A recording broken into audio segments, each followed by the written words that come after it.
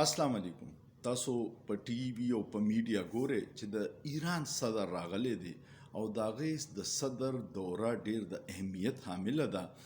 او زموږ په خطه کې چې کم سیاست دی یا کم جیو پولیټیکل صورتحال دی هغې کې د تبدیلی هم اشاره کوي. خو د هغې نه مخکې دمکیانې هم راځي. دمکیانې موږ ته چا نه راځي؟ دمکیانې موږ ته د امریکې نه راځي، ځکه چې د ایران او امریکې نه لګي د اسرائیل په معامله باندې او په ایران باندې مختلف قسم پابندیانې دي. نو چونکې زموږ حکمرانان خو د امریکې په غلامۍ کې ډېر مخکې تللي دي او موږ آزاد خارجه پالیسي نه ده جوړه کړې. عمران خان جوړوله نو غریب سره یې څه وکړه. آزاد خارجه پالیسی دا ده چې ته د خپل ملک او د عوام باره کې فیصلې وکړې او د هغوی د مفاداتو دپاره معاهدې وکړې.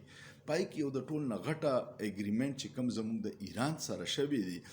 یو دی هغه ګیس پایپ لاین، چې دغه پایپ لاین به پاکستان، ایران او انډیا پورې ځي او هغې سره به زمونږ د انرژۍ دا کرایسس چې دی دا ډیر حده پورې کم شي، ځکه چې د ایران ګیس موږ ته په بارډر باندې دی، موږ ته ډیر ارزان قیمت باندې ملاویږي او بیا چې دا ګیس مخکې ځي هندوستان ته نو د دې ګیس چې څومره تیریږي د دې به موږ ته رایلټي ملاویږي. نو د پاکستان ډیرې حد پورې مسلې پکې ختمیدي شي. خو چونکې موږ د امریکې نه یریږو او دا معاهده نشو کولی نو په دې وجه باندې هغه اوسه پورې نه پوره کیږي. ایران خپل حده پورې 900 کیلومتره د هغې پایپ لاین بچاو کړی دی او د پاکستان کې ډېر لږ پاتې دی، 100 کیلومتر پایپ لاین دی چې موږ هغه د امریکې د یرې نشو کولی. د ایران د دورې نه مخکې دا دوره ناکامولو دپاره امریکې 2 کار وکړه. یو یې دا وکړه چې پاکستان کم میزایل پروګرام دی هغې ته چې کم 4 کمپنیانې تعاون کوي، څه میټیریل سپلای کوي، په هغې پابندي ولګوله. هغې کې 3 د چاینا کمپنیانې دي او یو د بیلاروس کمپني ده. دا یې ورته واضحه پیغام وکړو چې تاسو د ایران سره څه لاس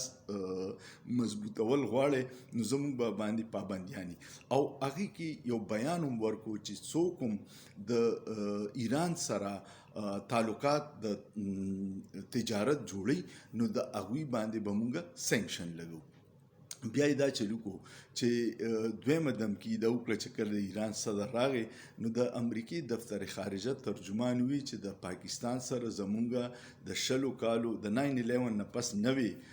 معاهدې شوي دي د انرژي او د مختلف پاور سیکټر کې، نو هغه معاهدې به زمونږ متاثر شي چې ایران او پاکستان دا تعلقات مضبوطوي. د ایران صدر د یو ملک صدر چې راځي نو هغه له مونږ ډېر پروټوکول هر ملک ولا ورکوي. بدقسمتۍ نه اسلام آباد کې چې په ایرپورټ راغی نو نه صدر صاحب په ایرپورټ موجود و، نه وزیر اعظم موجود و، نه وزیر خارجه موجود و، یو غیر معروف غونته وزیر ورته لیږلی استقبال لا. دا صرف د دې یرې نه چې امریکا ناراضه نشي او بل طرف ته زمونږ سعودي عرب ناراضه نشي او په دې یرې نه مونږ څوک ایرپورټ ته ملا نړو. د ایران صدر بیا د لاهور دوره وکړه او هغه چې کله د لاهور په دوره کې د علامه اقبال مزار ته لاړو نو یو ډېر اهم خبر وکړه. وی زما خواهش و چې زه پاکستان کې یو عوامي اجتماع ته خطاب وکړم، خو حالات داسې دي چې د هغې موقع میلاو نه شوه. کیدای شي چې د هغوی سفارتخانې دا ریکویسټ کړي چې عوامي اجتماع ته صدر صاحب خطاب وکړي، خو د امریکې د یرې نه او د سعودي عرب د یرې نه دا ونه شو.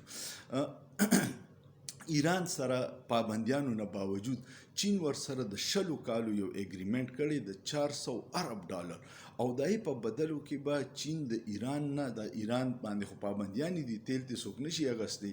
نو هغه تیلو اګریمنټ ور سره کړی چې 20 کاله به ایران نه چین ډیر پر کم قیمت باندې تیل علي او دای په بدل کې به هغوی په انفراسټرکچر کې او په دې شیزونو کې انویسټمنټ کوي. زمونږ د ایران نه د میاشتې د اربونو تیل په سمګلینګ اغستی شو خو لیګلی نشو اغستی او سمګلینګ کې په بلوچستان کې ډیرو خلکو ته ډیره لوی فایده ده. د خزانه ریپورت دا چې هر میاشت 12 ارب په ټیکسس کې په دغه سمګلینګ نه موږ ته نقصان دي، نو چې دا 12 ارب ته بیا د کال حساب کې دا 144 ارب روپے جوړیږي چې صرف د ایران په سمګلینګ په تیلو خزانه ته د ټیکس په مت کې نقصان دي. اوس ایران سردار رویه زموږ ولې ده ځکه چې یو خو سعودي عرب خفه کیږي اوس به کیدای شي سعودي عرب باچا راشي تاسو به وګورئ چې په ایرپورټ به کم هستیانې ورته استقبال ته ولاړي او ایران ته د یاري نشو کی دویمه دا ده چې ایران کم یو زبردست کار کړو چې په اسرائیل ډایرکټ حمله کړې دا یو پیر مخکې صدام حسین کړی و او اوس هغه وکړه د هغوی په حمله باندې ډېر خلک اعتراض کوي چې یو چنچڼ هم پکې مړه نه شوه دې کې د نقصان دغه نه وه دې کې د همت خبره وه چې په 56 اسلامي ملکونو کې په هیڅ چا کې هم داسې همت نه و څنګه چې ایران وکړو او ایران هغوی له چې کم نقصان ورکړی دا ایران چې کم ډرون ورپریښي دا ډرون چې و دا په $100,000 جوړیږي او هلته کې چې کله د ایران د اسرائیل کې د دې ډرون د تباه کولو نظام دی هغه یو بیټري چې ده په $1 ملیون ده نو دا 300 ډرونه چې ورغلي نو ته حساب وکړه چې هلته یې وله $15 ارب نقصان وکړو او موږ د $1 دپاره IMF د مینتونه کوو نه راکوي نو اسرائیل له دومره نقصان وکړو دویمې د ایران د حملې یو بله نفسیاتي دغه وه چې خلکو به دا ګڼل چې اسرائیل ناقابل شکست دی څوک پې حمله نشي کولی ایران کم از کم دا همت وکړو او دلته کې چې د سعودي عرب یا د امریکې یا د اسرائیل کم لابي ده هغه ډېره پریشانه وه ځکه چې موږ خو سعودي عرب ته ګورو چې یا د امت مسلمه لیډر دی خو هغه غریب کې همت نه و چې په اسرائیل حمله کړې وي نو بیا دلته کې چې کم د هغوی په میډیا کې په دغه کې دي هغوی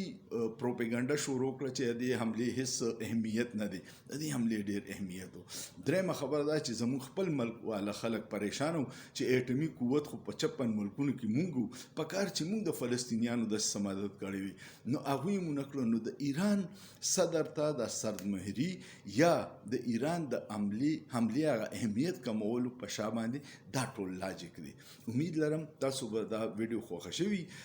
زمونږ بدقسمتي دا ده چې ګوره مونږ د ایران نه ارزان تیل او ګیس نشو اغستی مونږ د روس نه ارزان غنم او تیل نشو اغستی د هندوستان پالیسی ډیره آزاده ده ځکه چې هلته حقیقي جمهوریت دی د روس نه تیل وملي غنم وملي او د امریکې نه مفادات دي او امریکا هغې ته هیڅ نشي ویلی او ورته وایي چې کم زما د عوامو د فایدې او د ملک د فایدې زه به هغه کار کوم زمونږ حکمرانان ټول ته پته ده چې کرپټ دي د هغوی مفادات د مغرب او امریکې سره وابسته دي نو هغوی عوام نه ټسوي هغوی ته پته ده چې کم جعلي طریقې سره اوس دغه حکمرانان مسلط شوي دي نو هغوی به بیا هم داسې مسلط کیږي ځکه چې عوام بې بسه دي پاکستان کې یو داسې فرسوده نظام دی چې د عوامو خیال نه کوي هغوی د دغې مافیا مفادات چې کوم د مغرب سره وابسته دي او مغرب له داسې ګوډاګیان پکار دي چې هغه خپل سوچ یا پالیسی نه جوړي صرف د مغرب طاقتونو د خوشنودۍ دپاره فیصلې کوي